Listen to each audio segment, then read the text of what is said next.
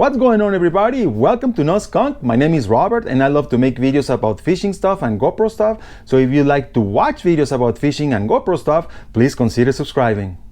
So in today's video, I'd like to give you a couple of tips on how to squeeze the last drops out of your Senkos.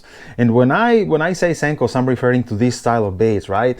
This is just a straight tail worm, very simple, no appendages, pointy tip. They kind of look like a big pen, don't they?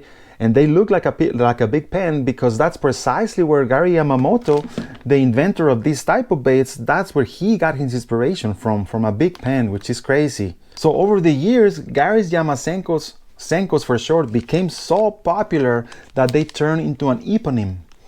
Eponyms are words that started as a brand name, but they became so popular that now are used to refer to the product type itself, made from different manufacturers. For instance, facial tissues. You may know them. You may also know them as Kleenex, a cotton swab. Those are known as Q-tips. Same thing goes now for Senkos.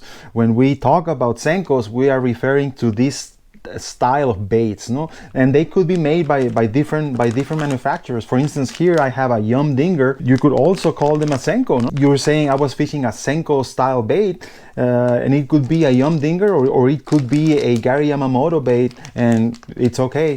Senkos vary a lot in price. They go from $8.50, almost $9 for a bag, no? That's a lot of money. The Yum Dingers, on the other hand, they go from, let's say, $3. But regardless of the price, you want to get the most out of these baits, right? I'm going to tell you how to do that. So the main two ways to fish a Senko is a Texas rigging. So using an EWG hook, you just present it as your typical Texas rig, right? You can use a weight or no weight. And so this is one way to fish the Senko.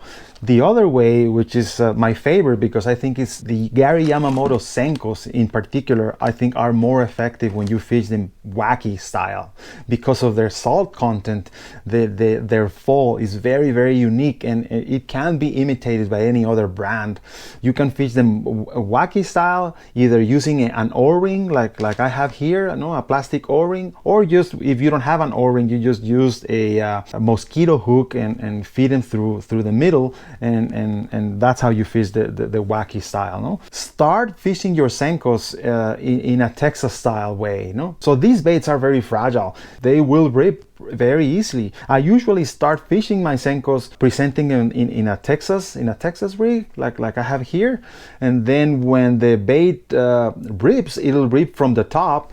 Then I will switch to using the same bait, right? Using the same bait, I will start fishing it in a wacky style because I really don't care that there is damage on the ends. So I just use this O-ring and start fishing it wacky style. So I'm getting two uses out of the same bait. And then lately I've been using them also to use in a net rig. I don't know why I've never thought about this, but once you fish this bait in a wacky style manner, it'll probably cause some damage to the center of the bait. No, it'll tear somewhere in here. Don't throw it away. If you got damage in the middle, you can still cut it and use it to rig a net rig. And believe it or not, this is very effective, more effective than I thought, actually. So this has two advantages that I see, right? One is that you'll be getting one more use out of your Senkos, and then the other thing that I found is that you get a lot of options in terms of colors. No? For instance, here we have a Yum Dinger.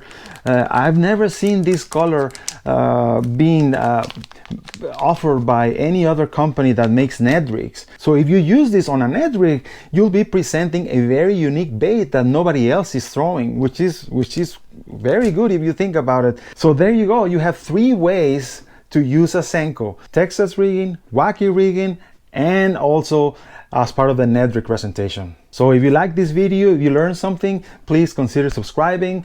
I'll see you on the next one. Take care and stay safe.